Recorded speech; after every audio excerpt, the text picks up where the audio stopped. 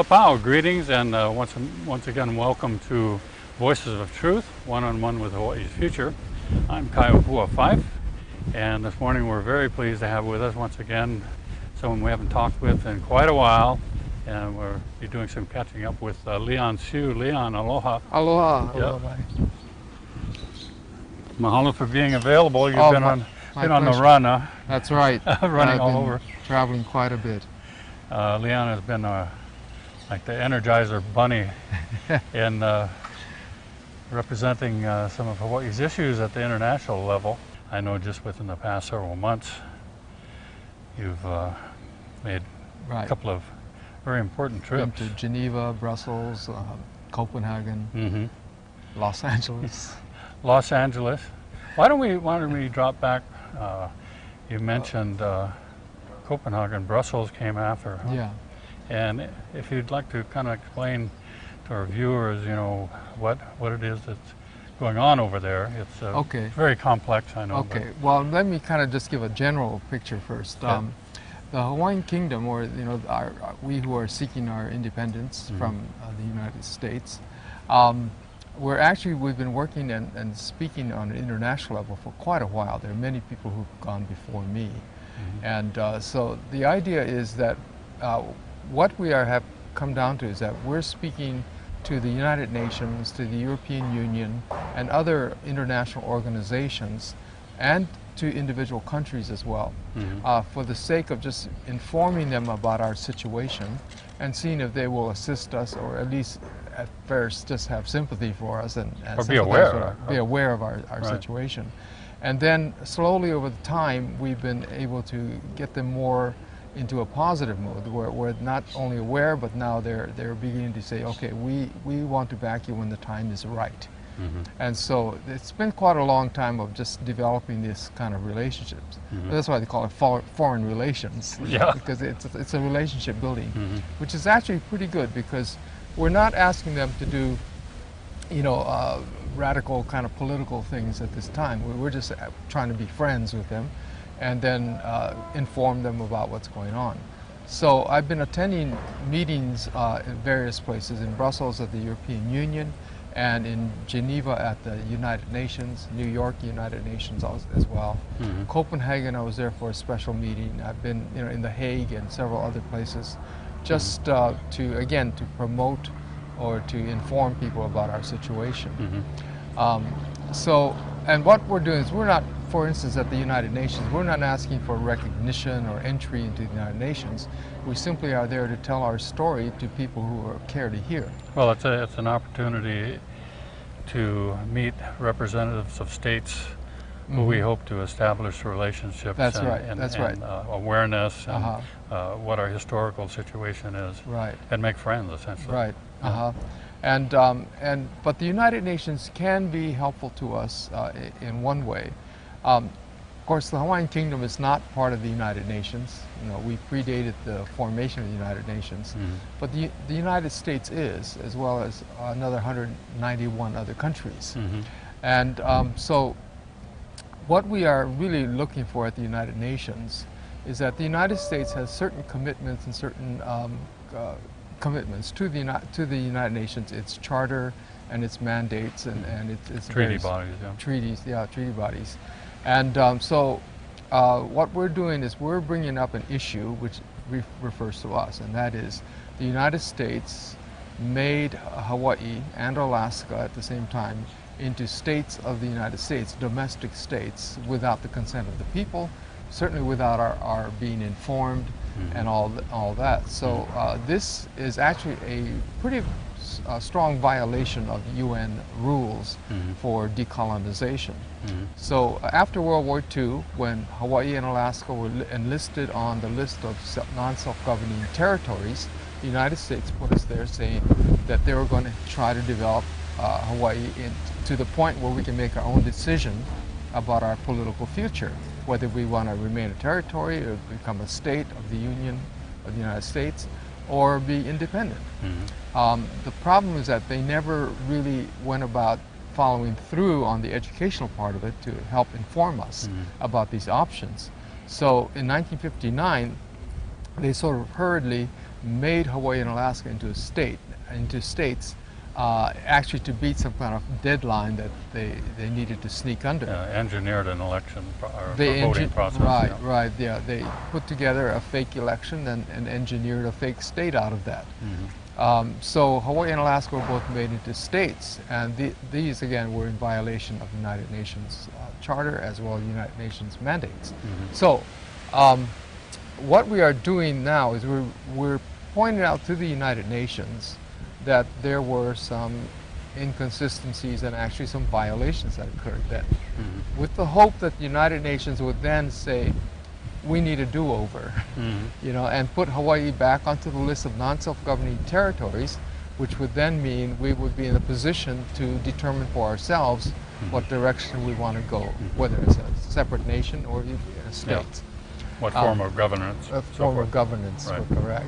Yeah. So that's where we're at right now. So I'd like to report that what's happening is that we have been quite successful. Hawaii has been quite successful in gaining the empathy of various nation states, as well as some of the bodies within the UN. Right. And so we are getting closer to our goal of being able to bring this issue up to the forefront of the United Nations to say, are you going to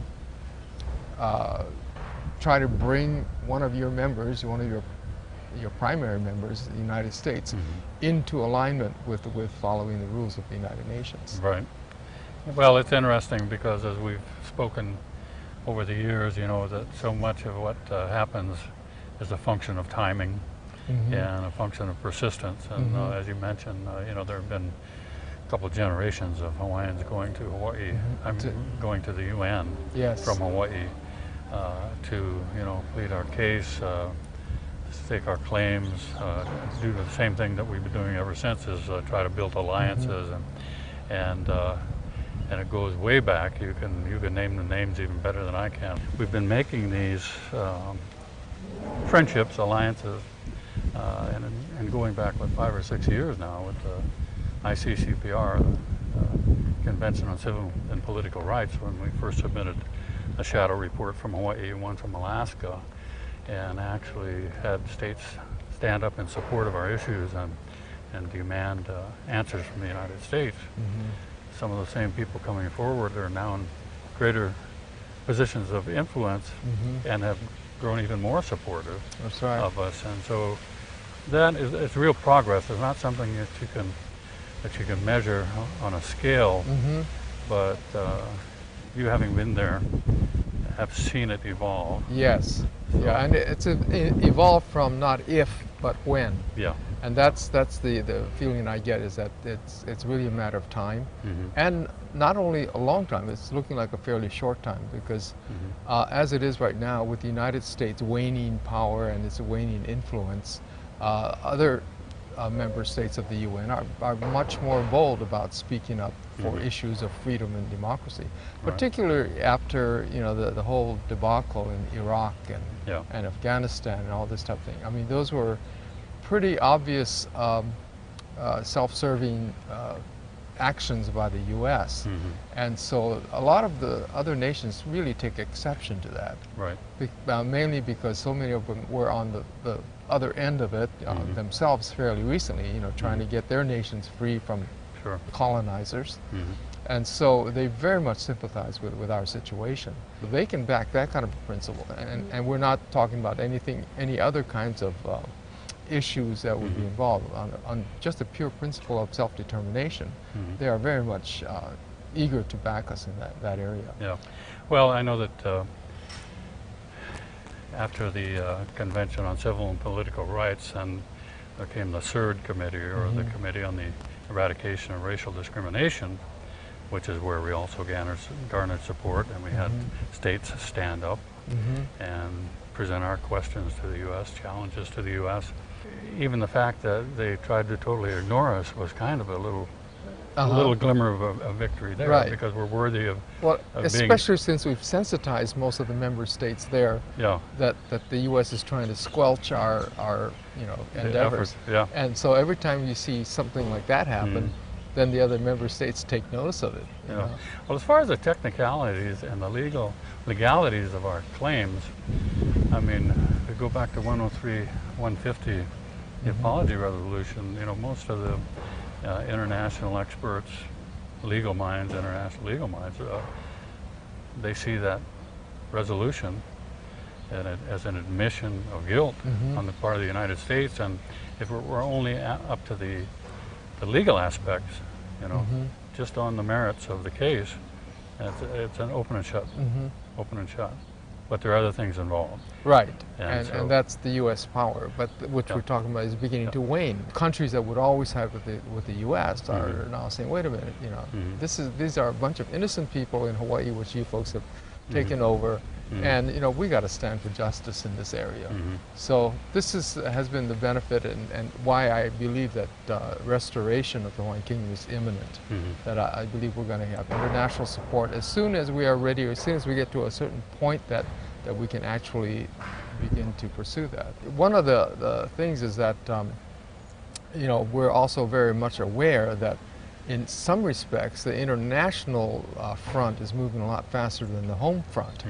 And that's why we were doing the videos like this now, to inform our people of the possibilities and possibly the vision of what we need to be setting before our people. To say independence would actually be beneficial for our people, and let's move forward.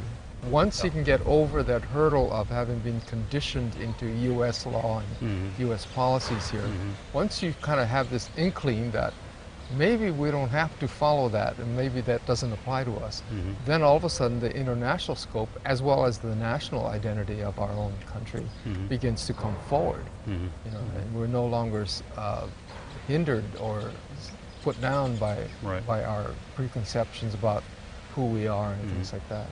So I guess we'll continue to work with the CERD committee, the Eradication of Racial Discriminations Committee, and continue to promote our issues and our cases. Hope to bring about re-enlistment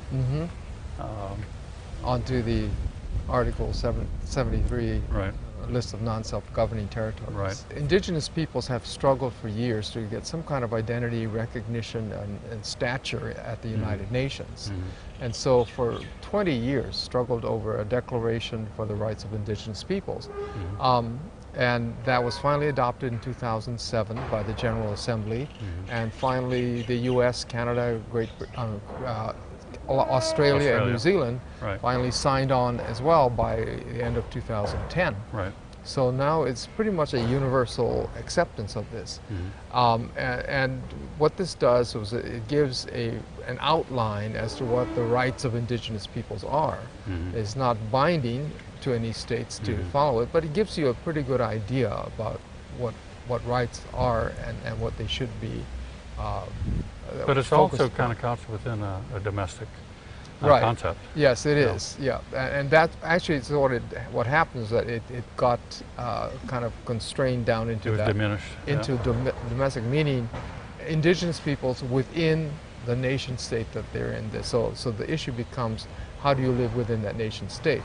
Which then sort of excludes those of us, and many of us, not just Hawaii or Alaska, but those of us who are saying we don't want to live under a foreign domestic oppressor, and we want freedom, and as well as the right to self-determination. So the Permanent Forum on Indigenous Issues has, in a way, become less of a vehicle that we can use.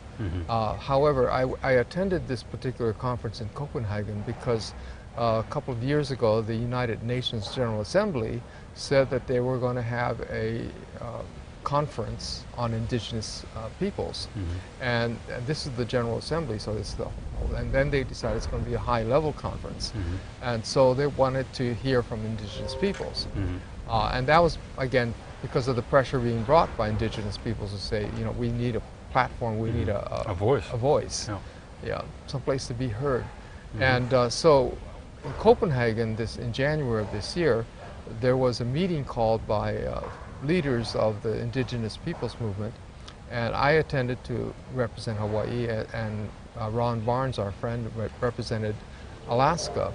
And our concern there was that we don't keep on backing up, we don't keep on diminishing our rights, not just as indigenous people, but the right to self-determination, all the way up to independence. Because there are all kinds of different levels of self-determination. Right. And so we were a bit alarmed at the track they were on, because again, over the years, the UN and the member states have been able to minimize the impact of indigenous people. So again, like you were saying earlier, they've diminished it down to speaking within the member state that the indigenous people are in.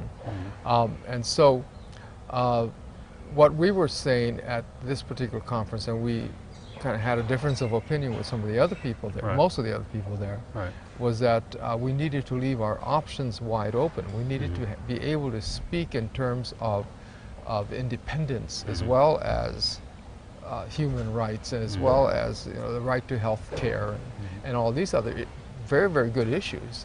But we needed also this whole big spectrum.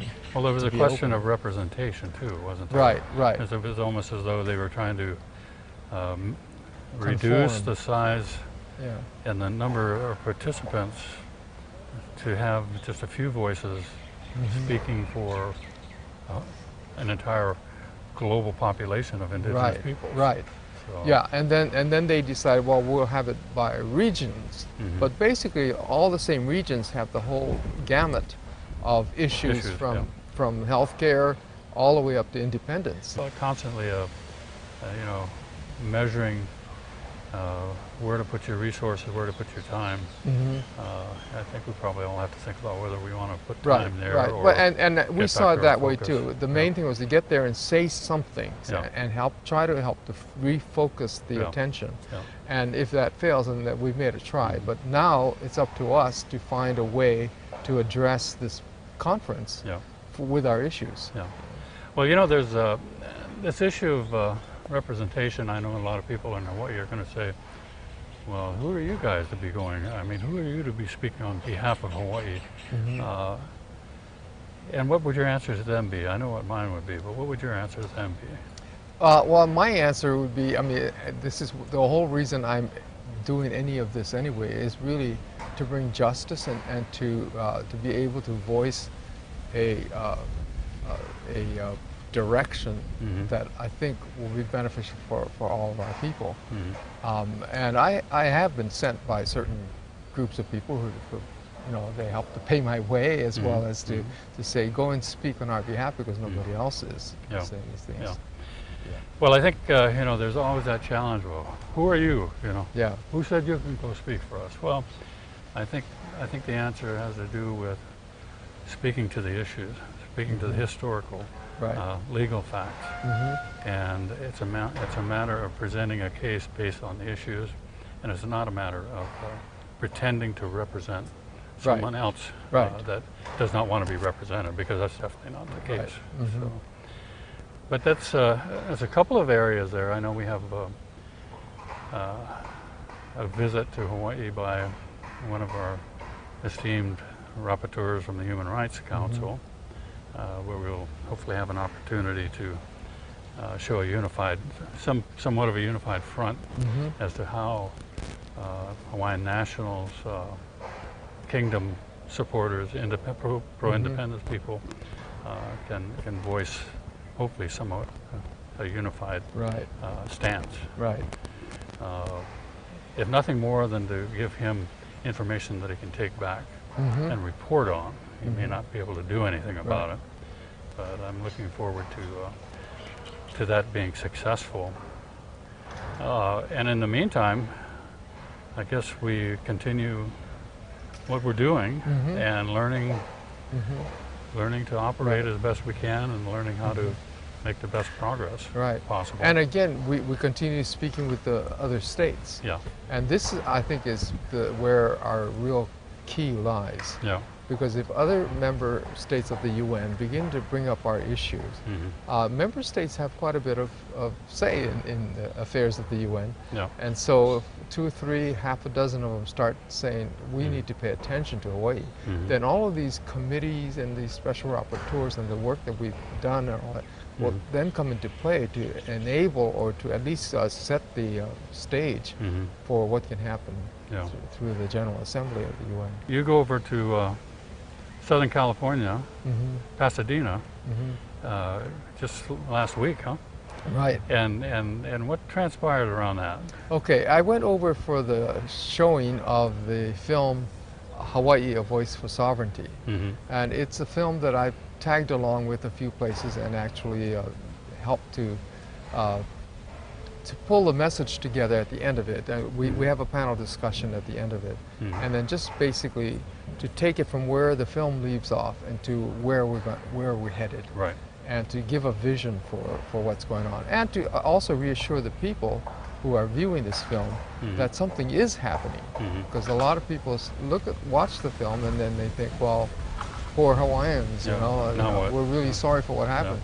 But I want to let them know that we haven't been sitting down. We've been working very steadily toward independence. When the history is heard and it's intelligently articulated, and especially when we're brought up to where we are today and what's happening today, and put into a current, contemporary context, you don't run into many people who are negative about what they're seeing. We see more supporters, and there are a lot of supportive people out there. My name is Kai Opua 5. Thank you very much for joining us. We're a portion of the Free Hawaii Broadcasting System. Mahalo, ahui ho.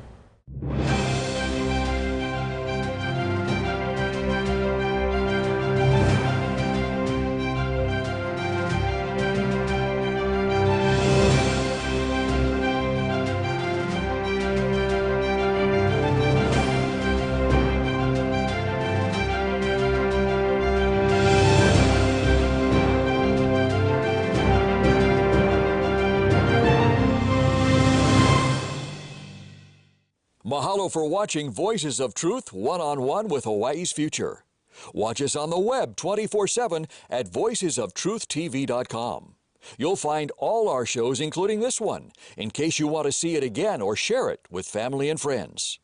Also view our weekly video commentaries at freehawaiitv.com.